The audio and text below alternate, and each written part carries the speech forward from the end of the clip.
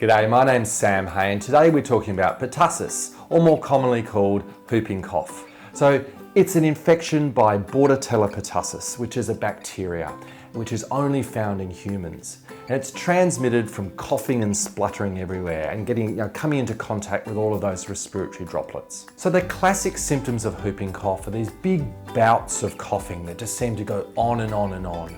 That can be then followed by a whoop, which is a big inspiratory noise, and even lots of vomiting that comes on after the coughing fits.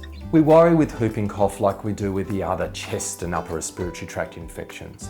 When the kids are really struggling with their breathing, when their fever's high and it's not coming down, when they're getting so sick that they're getting very tired, floppy and listless. If they're having lots of vomiting, then they might be getting dehydrated. So they're all the issues that we worry about. Because unfortunately, 1 in 100 kids can die from whooping cough. So that's why it's really important for the health system and doctors to keep track of whooping cough so that we can be on the lookout for it, we can test kids for it and treat them if they do have it.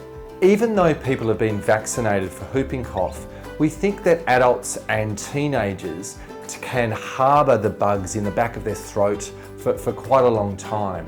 And they're the ones that then transmit it to pregnant ladies, new babies and our young kids.